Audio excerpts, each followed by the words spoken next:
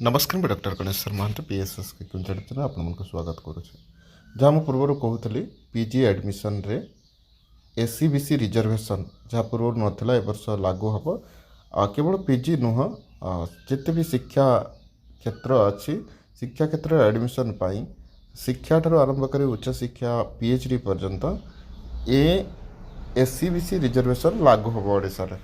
तो ये देखिपे जहाँ government of Odisha higher education department पक्ष लेटर रही रिजर्वेशन विषय में कहुई जहाँ मुझे आलोचना कर रिजर्वेशन देखिपे केते कौन रही 16.25 रही एससी शेड्यूल टाइप एसटी रही 22.5 सेपरी एससीबीसी 11.25 पीडब्ल्यूडी रही 5% से प्रकार फैमिली ऑफ एक सर्विसमैन 1%। तो ये रिजर्वेशन लागू हम जोटा कि 2025-26 सेशन रे।